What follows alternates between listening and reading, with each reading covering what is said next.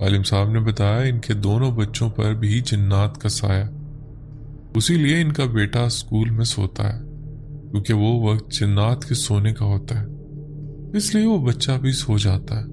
مامی بہت ناراض ہو کر ممبئی چلی گئی اور اب جو خالہ کے گھر مامی کی حاضری ہوئی تھی اس کے بعد خالہ کا پورا گھر برباد ہونا شروع ہو۔ پھر کچھ مہینوں بعد خالہ کے بڑے بیٹے کی نوکری چلی، دوسرے بیٹے کی بھی نوکری چلی گئی اور خالہ کے گھر میں شدید مالی تنگی ہو گئی۔ خالہ اور خالو بھی بہت پریشان ہوا۔ پھر 1 سال بعد مامی کا گاؤں آنا ہوا، تب خالہ اور خالو نے مامی سے معافی مانگی۔ مامی نے انہیں معاف کر دیا اور ان کے لیے دعا کی۔ اللہ کا شکر ہے اب خالہ کا بہت بڑا گھر ہے اور دونوں بیٹے اچھی نوکریوں میں ہیں، اور تب سے سب لوگ مامی سے بہت ڈرتے ہیں۔ آج بھی وہ ہمارے گھر آئی ہوئی ہیں اور وہ میرے ہی کمرے میں سوتی ہیں، لیکن مجھے اب ان سے ڈر نہیں لگتا۔ یہ تھی میری مامی کی کہانی۔ عدنان بھائی، آپ کو اگر پسند آئے تو ضرور یوٹیوب پر شیئر کرنا۔ وہ شکریہ آپ نے سٹوری شیئر کی۔ پڑھتے ہیں ایک اور سٹوری کی طرف۔ میرا نام کمل ہے اور میں تقریباً 1 سال سے آپ کی سٹوری سن رہی ہوں۔ مجھے آپ کی آواز بہت اچھی لگتی ہے۔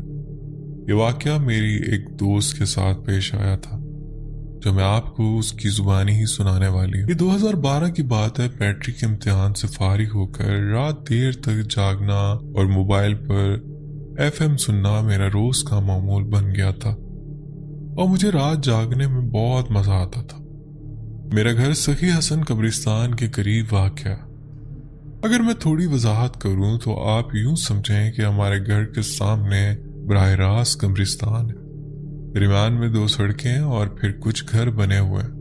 وہ ظاہر تو سامنے گھر ہی ہیں، لیکن کھڑکیاں یا چھت سے دیکھنے تو پورا قبرستان ہی نظر آتا ہے۔ خیر، ہم اس منظر کے عادی ہو چکے ہیں، لیکن میرے ابو ہمیشہ رات کو چھت پر جانے سے منع کرتے تھے۔ ہم نے کبھی ان سے پوچھا نہیں کہ کیوں۔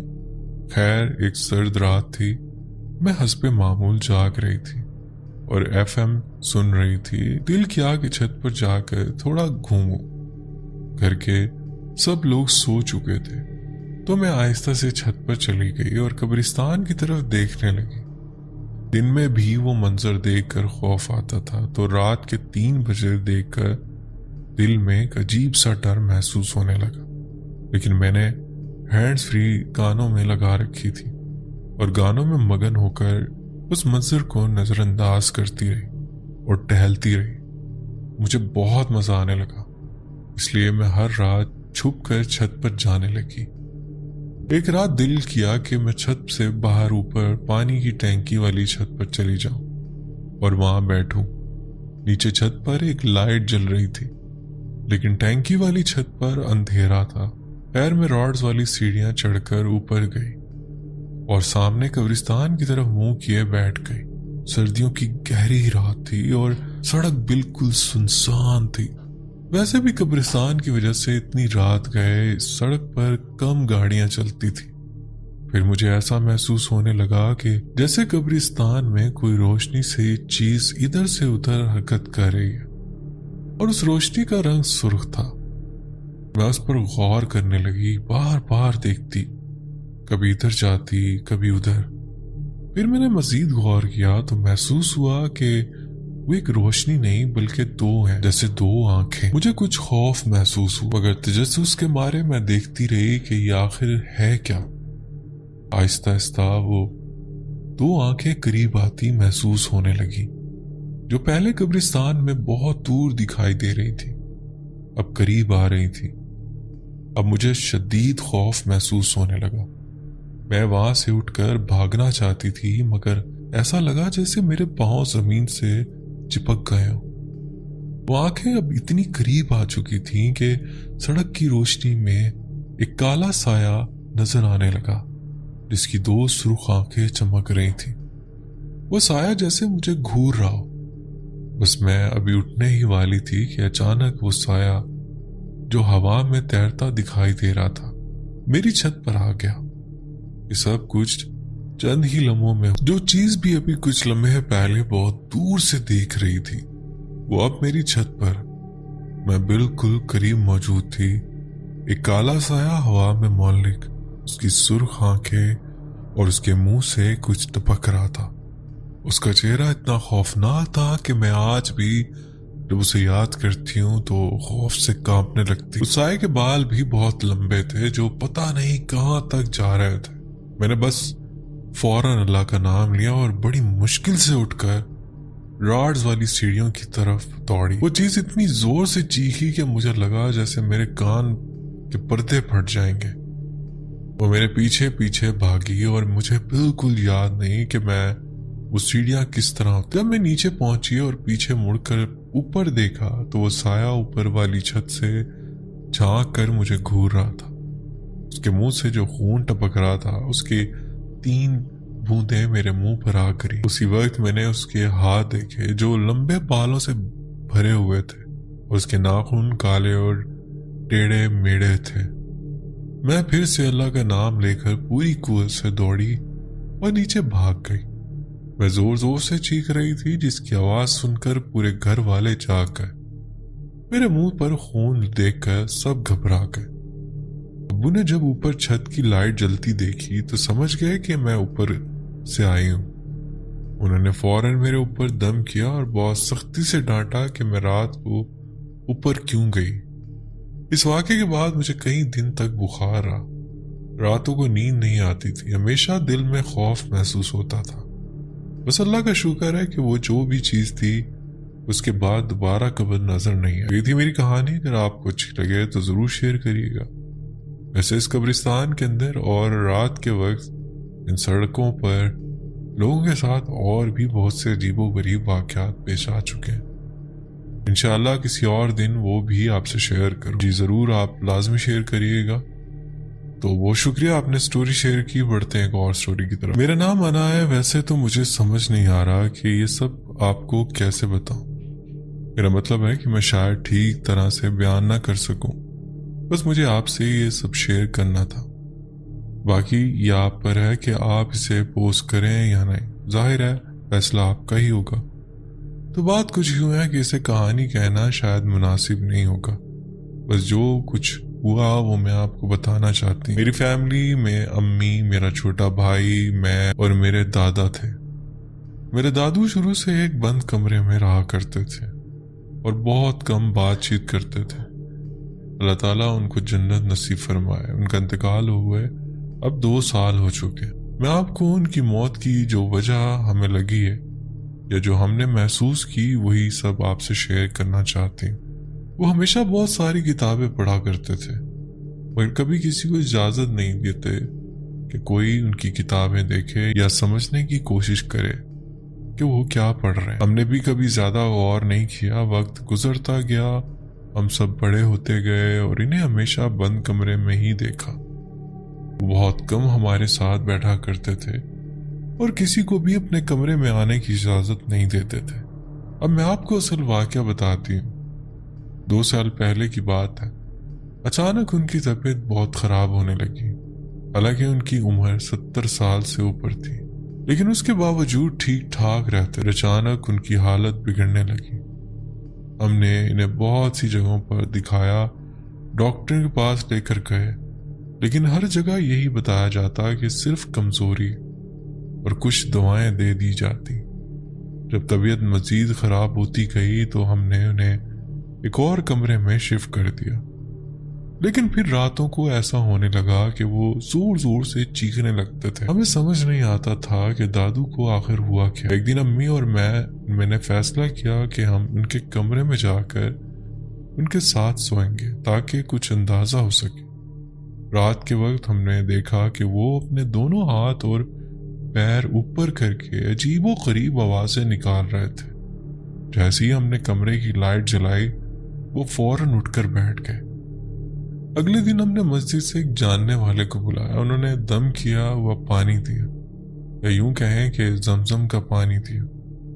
جب امی نے وہ پانی دادو کو پلایا تو وہ زور زور سے چیخنے لگے۔ جب بھی ہم وہ پانی پلانے کی کوشش کرتے وہ بہت زیادہ چیخنے لگتے۔ جو صاحب دادو کو دیکھنے آئے تھے انہوں نے بتایا کہ دادو کوئی عمل کر رہے تھے جو مکمل نہیں ہو پایا، جس کی وجہ سے ان کی طبیعت بگڑ گئی۔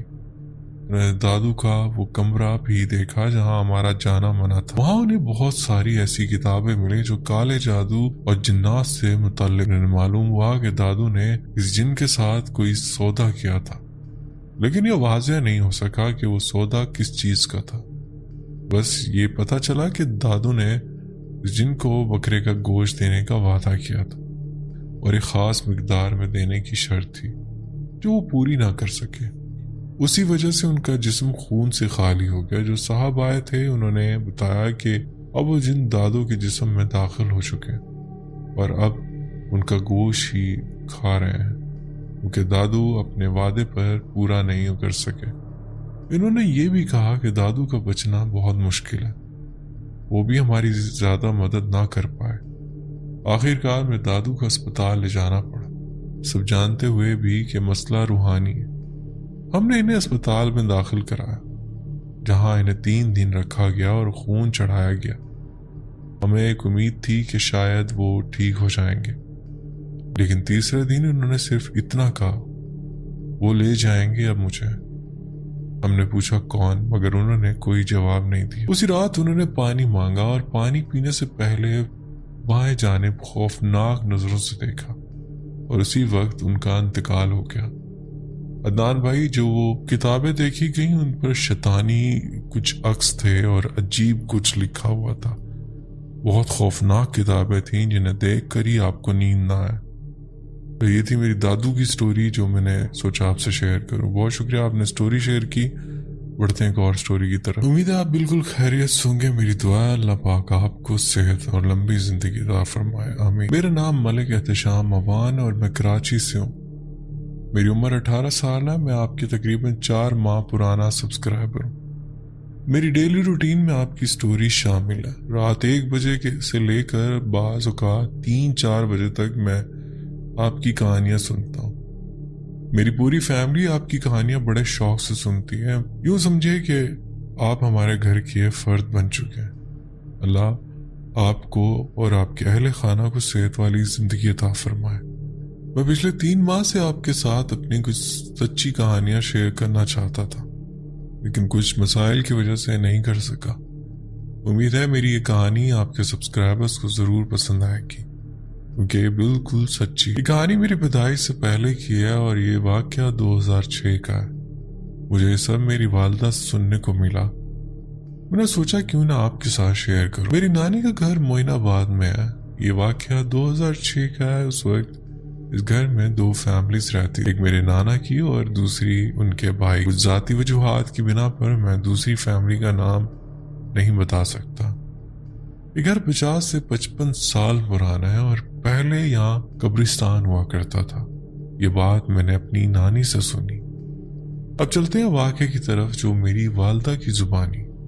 ایک دن گرمیوں کے دن تھے۔ میری والدہ، خالہ اور ان کے کزن میرے ماموں سب چھت پر بیٹھے آم کھا رہے تھے۔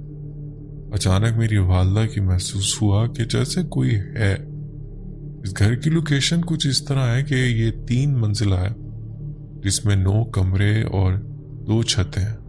اچانک میری والدہ کو سامنے ایک لمبا سا سایہ نظر آیا، جیسے کوئی کالا انسان ہو جو دیوار کے سامنے تھا، اور پھر وہ اچانک غائب ہو گیا۔ پھر جو ہماری سب سے بڑی خالہ ہے وہ نیچے سے اوپر آ رہی تھی۔ جیسے ہی وہ سیڑھیاں چڑھنے لگیں ان کے پاؤں فریز ہو گئے، یعنی وہ حرکت نہیں کر پا رہی تھی۔ نیچے سے میرے ماموں اور نانی سب انہیں دیکھ رہے تھے کہ وہ اوپر جا رہی ہیں، لیکن وہ کہہ رہی تھی کہ ان کے پاؤں جم گئے۔ پھر میری والدہ اور ماموں فوراً نیچے اترے۔ سب لوگ گھبرا گئے کہ آخر ہوا کیا ہے۔ نانی نے پوچھا کیا ہوا؟ خالہ نے کہا پتہ نہیں، لیکن میرے پاؤں خود بخود رک گئے تھے، جیسے کسی نے روک لیا ہو۔ ماشاءاللہ میری نانی دین کا بہت علم رکھتی ہے۔ انہوں نے فوراً قرآنی آیات پڑھنا شروع کر دی۔ اسی وقت انہیں محسوس ہوا کہ کوئی چیز دوسری منزل میں بھٹک رہی ہے۔ اور ساتھ یہ بھی بتا دوں کہ سیڑھیوں کے ساتھ ہی میرے ماموں کا ایک بڑا کمرہ تھا۔ ماشاءاللہ اس وقت میرے 4 ماموں وہاں موجود تھے اور ایک ان کا کزن بھی تھا۔ اسی دوران انہیں محسوس ہوا کہ کمرے میں کوئی داخل ہوا اور اچانک ایک عجیب سی آواز سنائی دی، اس وقت میرے ایک ماموں نے کزن سے پوچھا، کیا تمہیں یہ آواز سنائی دی؟ تو سب ایک دوسرے کی طرف دیکھنے لگے اور فوراً کمرے سے بھاگ کر سین میں وہاں پہلے سے سب موجود تھے۔ انہوں نے سب کو یہ واقعہ سنایا۔ نانی نے کہا، کچھ بھی نہیں ہے، جاؤ اور اپنے کمروں میں جا کر سو جاؤ۔ لیکن نانی کو پہلے سے اندازہ تھا کہ اس گھر میں کچھ چیزیں موجود ہیں۔ اب سب لوگ اپنے کمرے میں چلے گئے۔ رات کے 2:30 پر میری والدہ کا کمرہ دوسری منزل پر تھا اور ماموں کے کمرے کی گیلری کے بالکل سامنے میری والدہ، خالہ اور کزن کا کمرہ تھا۔ اچانک میری بڑی خالہ کی آنکھ کھلتی ہے۔ وہ دیکھتی ہیں کہ کھڑکی کا پردہ کسی نے ہاتھ سے اوپر اٹھا رکھا ہے۔ اللہ کی پناہ، نہ کوئی دکھائی دے رہا تھا، بس اتنا نظر آ رہا تھا کہ جیسے کوئی سامنے کھڑا ہے۔ اچانک وہ چیز غائب ہو گئی اور پردہ نیچے گر گیا۔ پھر ایک ہلکی سی ہنسی کی آواز آئی۔ او خدایا، وہ چیز بالکل سامنے کھڑی تھی۔ یہ سب دیکھ کر سب وہاں سے دوڑ گئے۔ سیڑھیوں کے پاس سب ایک دوسرے کے اوپر گرنے لگے۔ اسی وقت میرے ماموں اور باقی سب لوگ بھی نیچے آ گئے۔ سب نے آپس میں اپنے ساتھ پیش آیا واقعہ سنایا۔ پھر سب نے رات کو تہجد کی نماز پڑھی اور اللہ سے پناہ مانگی۔ کچھ عرصے بعد رمضان کا مہینہ آیا۔ ایک دن میری خالہ اور والدہ کا کزن نیچے چلے گئے اور والدہ کمرے میں ہی تھی۔ جب والدہ واپس آئیں اور اوپر نظر ڈالی تو سامنے انہیں وہی لمبا سایہ دکھائی دی۔ والدہ چیخیں مارنے لگی اور ماموں نے فوراً کہا، کوئی اوپر ہے۔ تو میرے تمام ماموں اپنے لائسنس یافتہ ویپنز لے کر اوپر چلے گئے۔ ان میں سے ایک ماموں کے ہاتھ میں کلیشنکوف تھی۔ جیسے ہی وہ لوڈ کرتے ہیں، ان کی نظر پڑتی ہے کہ کوئی چیز اچانک دیوار میں غائب ہو جاتی۔ یہ سب دیکھ کر وہ فوراً سمجھ جاتے ہیں کہ معاملہ معمولی نہیں ہے اور سب لوگ واپس نیچے آ جاتے ہیں۔ ماشاءاللہ ہمارا خاندان جویلری کا کام کرتا ہے، اسی لیے ہم سب کے پاس لائسنس یافتہ ریوالورز موجود ہوتے ہیں۔ تو یہ تھی میری کہانی۔ امید ہے کہ یہ آپ کو پسند آئی ہوگی، آپ کی یوٹیوب فیملی کو بھی۔ اس وقت میں اپنی شاپ پر ہوں، انشاءاللہ 1-2 دن میں ایک اور بہت ہی خوفناک سچی کہانی آپ کو بھیجوں گا۔ تو بہت شکریہ، آپ نے اپنی سٹوری ہم سے شیئر کی۔ بالکل آپ اپنی دوسری سٹوری بھی مجھ سے شیئر کر سکتے ہیں۔ بڑھتے ہیں ایک اور سٹوری۔ میرا نام علی رضا ہے اور میں گجرانوالہ وان چوک شہر میں رہتا ہوں۔ یہ واقعہ میرے اور میرے دوست کا ہے۔ یہ بات 2014 کی ہے۔ اس وقت میری عمر 15 سال تھی اور میرے دوست کا نام عزیز تھا۔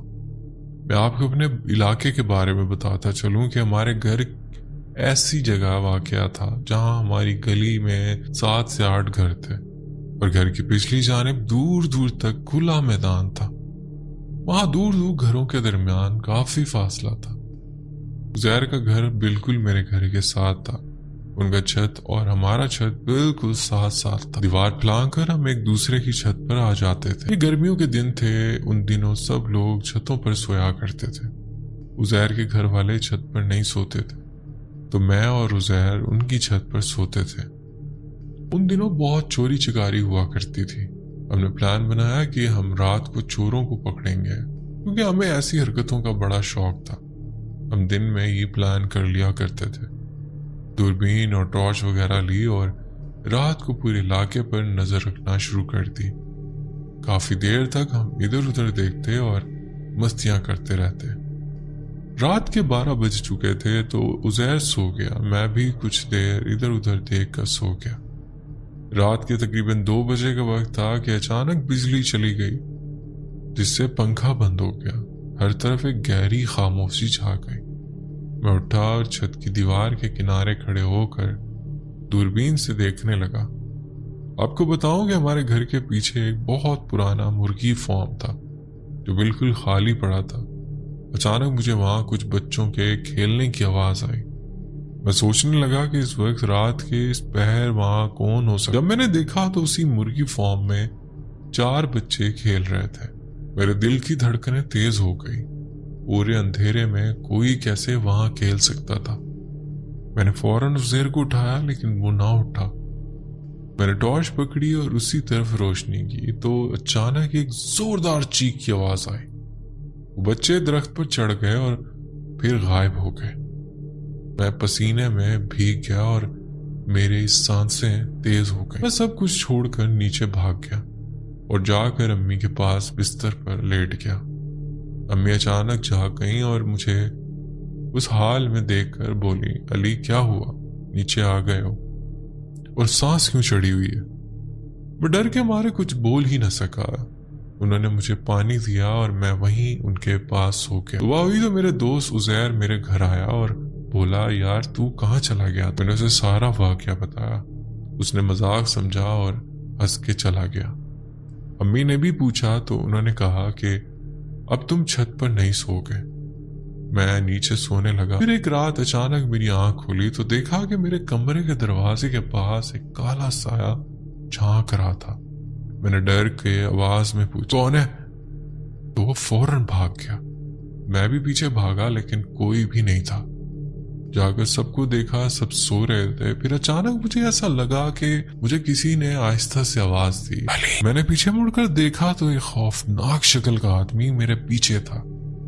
اس کے بعد مجھے کچھ یاد نہیں آیا، میں کب بے ہوش ہو گیا۔ صبح ہوئی تو سب میرے آس پاس کھڑے تھے اور سب پوچھنے لگے کہ کیا ہوا۔ میں نے سب کو سارا واقعہ بتایا۔ پھر مجھے ایک بابا کے پاس لے جایا گیا۔ انہوں نے دم وغیرہ کیا اور کہا، بیٹا تم نے جنوں کے بچوں کو کھیلنے سے روکا تھا، اس لیے وہ تمہارے پیچھے پڑ گئے، اب کبھی بھی اس طرف مت جانا۔ اللہ کا شکر ہے تب سے یہ واقعات ختم ہو گئے۔ اگر آپ کو یہ کہانی پسند آئی ہو تو اپنے YouTube چینل پر لازمی شیئر کیجیے گا۔ بہت شکریہ، آپ نے اپنی سٹوری ہم سے شیئر کی۔